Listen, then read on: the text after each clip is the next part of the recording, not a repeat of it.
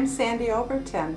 I'm in my studio today and I'm going to show you how to work with my Rubber Nature tool stamps. I'm really excited to show you the possibilities.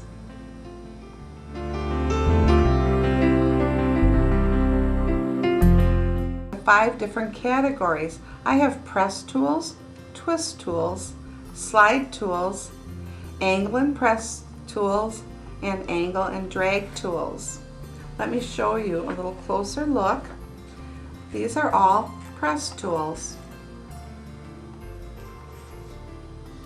I'm going to start out using this tool stamp. It's one of the press tools, and to begin with I'm going to ink my image. I can work on an image that's mounted, or I could work on an image that has a cling cushion back and an acrylic pad, but the tool stamps will always be mounted.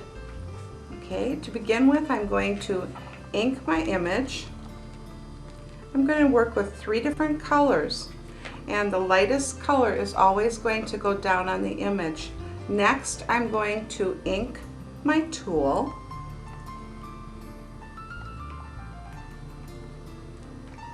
And it is a press tool. I've named the categories for the way that you actually work with the tool.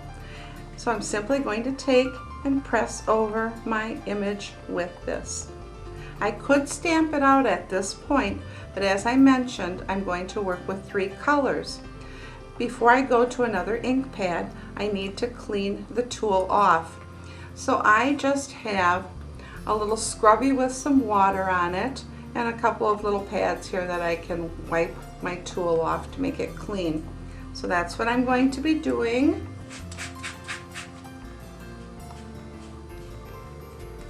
Okay, so my tool's been cleaned off, and I'm going to take my 3rd ink color, ink my tool stamp, and I'm going to repeat that stamping pressing process, just going over my image again. And I'm ready to stamp it out. And I'm just going to be working on a piece of white cardstock. My press tools all will put a different design in the pieces, such as this, and it will give you an interesting way to work with color. I hope your reaction was wow.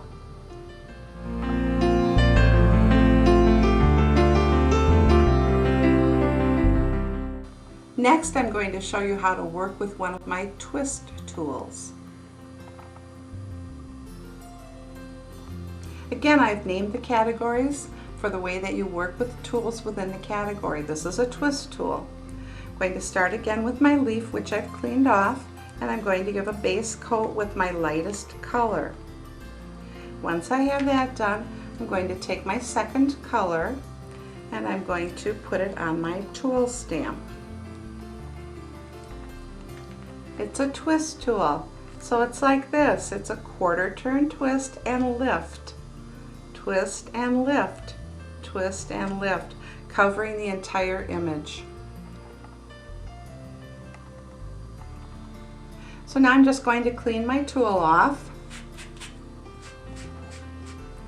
and come back and put my 3rd color on. And please note, I am working with the colors in exactly the same order. Again, twist and lift, and cover the entire image. Once I've got that, I'm ready to stamp my image out. Now it's going to really be fun, because you're going to see the fun way that the tool stamps let you work with color. Same 3 colors, same exact order, different type of tool stamp. When you compare the two, when you compare the press tool and the twist tool, different designs and different colors. But remember, I use the same 3 colors in exactly the same order. It's amazing.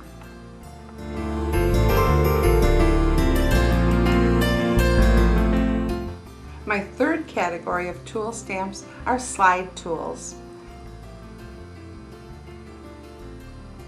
I've cleaned off my image stamp and I'm ready to ink it. Again, using the lightest color of my trio of colors. I'm going to work with my slide tool, but at this point I need a little information from you. I need to know if you're left-handed or right-handed. If you are right-handed, you will work from the right-hand side like this, and if you are left-handed like this, and we will be sliding into the image. We have to move and go around the image. So we have to rotate our image when we're working with a slide tool. You'll see me doing it, but I wanted to explain what I was going to be doing. Okay, I'm going to ink with my blue color. Actually, I'm working with a straw, a teal, and a raspberry.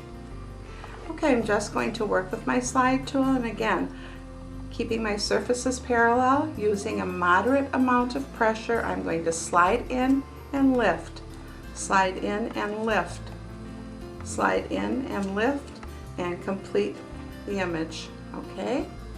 So now I'm just going to clean this tool off real quickly, come back and ink with my third color, ink my tool up with a third color. I'm going to slide in again. I'm going to basically repeat the process. I don't have to worry about starting in exactly the same place that I started in the first time around. Start wherever. And when you slide in this time, don't slide in quite as far as you did the first time.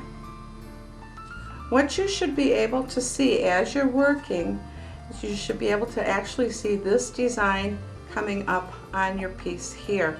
Take a closer look and see if you can see this happening.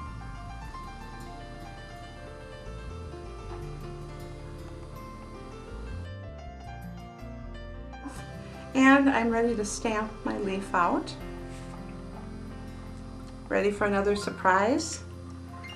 My press tools allowed me to layer color. My twist tools allow me to blend color, and now my slide tools allow me to move and puddle color. So I'm getting totally different results again. Remembering that I use the same color inks in exactly the same order for all of my images. This is the slide tool work. It allowed me to move and puddle the color. This was done with the twist tool. It allowed me to blend the color. And this was done with a press tool. It allowed me to layer the color. And each one, of course, has put a different design in each piece. There are about a dozen different press tools, a dozen different twist tools, and a dozen different slide tools. Each one will give you a different pattern in your artwork. And as you can see, I've been working with a bold image, but I could work on something that would be very delicately detailed. I could work on sentiments, happy birthday, happy anniversary, whatever, and get beautiful color effects and special design effects. I have been working with a water-based, dye-based ink, but you could also work with pigment ink. And if you choose to work with pigment ink for any of these tools, then you also would have the option of embossing your pieces. If you're going to emboss, you want to use a clear-based embossing powder.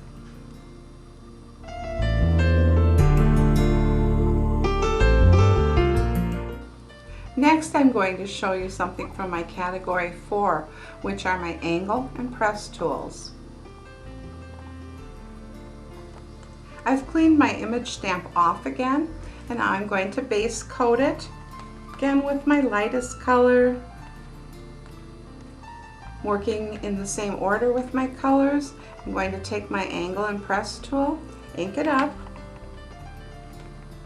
and basically when we work with this tool, we hold it at an acute angle. It's tipped away from me at a 45-degree angle. I am right-handed, so I'll be working with my right hand and working over my piece. If you are left-handed, you would work with it this way, but tipping away from yourself, and we're really working only with edges. Why did I put all the design into this piece?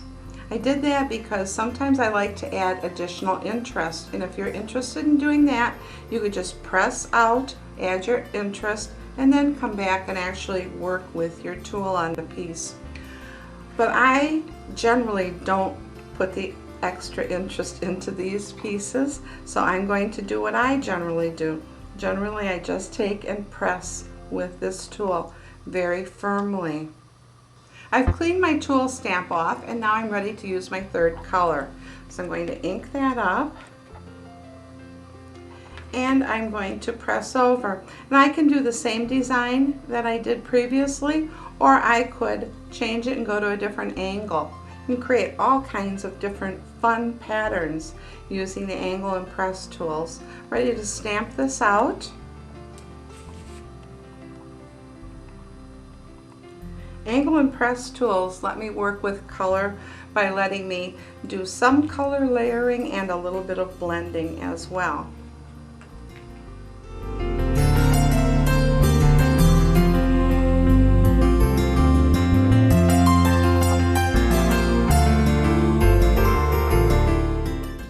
This is my fifth category of tool stamps. They're angle and drag tool stamps, and I'm going to show you how to have some real fun using them.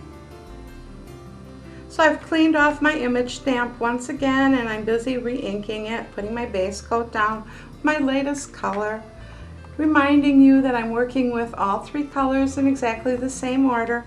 I'm inking my angle and drag tool. Again, I put a design in the middle of some of these, and that's because I want to add some more color interest, so I'm just pressing over my image. But the real way to work with the tool stamp is at an angle, again, a 45-degree angle. I can work with this edge that I'm working with. I could turn it and work with this edge. I've got so many options with this tool. For example, I could do tiny little squiggly lines if I wanted to. I could just drag through, creating an arc. I could come back and create another arc. I could do bold zigzags. So many possibilities. I'm going to do the bold zigzags. I'm working on the edge here. And by the way, if you were left-handed, you know you'd be working this way with the tool. Again, this tool is tipped away from me, and I've come through the piece. I'm going to clean it off real quickly. I'm going to come back with my third color. And if I want to add more of this color interest into the piece, I'm just going to plop some of that down. You could be very precise about where you would lay your color, or random like I was. I just plopped it down in a couple places. But I am going to repeat that bold zigzag once again. Now I'm ready to stamp this image, and it's going to be beautiful. It does some color blending and some separation of color. I just love that bold zigzag, but once you do some squiggles or some other wiggles or some arcs, you'll fall in love with those as well. I love that bold zigzag design so much that I thought I'd like to reproduce it again. When you get a design you really love, if you have a piece of glossy paper and you just take your image without re-inking it, without huffing, without spritzing, but you just press very hard on a piece of glossy paper, you can produce another very beautiful image.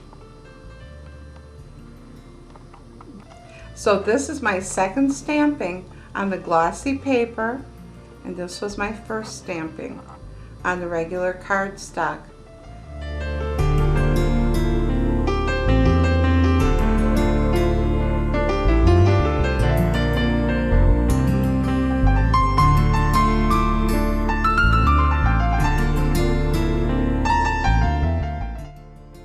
We were working with the 3 ink colors. This time I'm going to work with 2.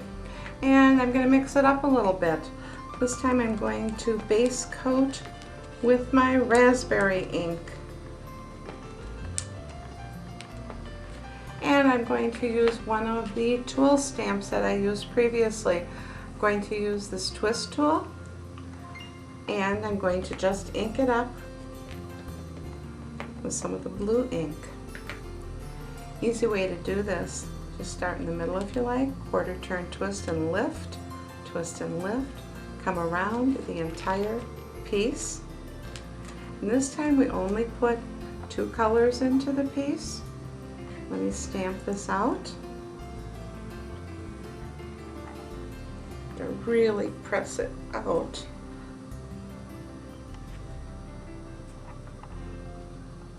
I've got a beautiful background. It was easy to create this beautiful background using a blank palette stamp and a twist tool. By the same token, I could have selected any tool stamp. I could have used an angle and press across the blank palette. I could have used a slide tool or a press tool to create a different background.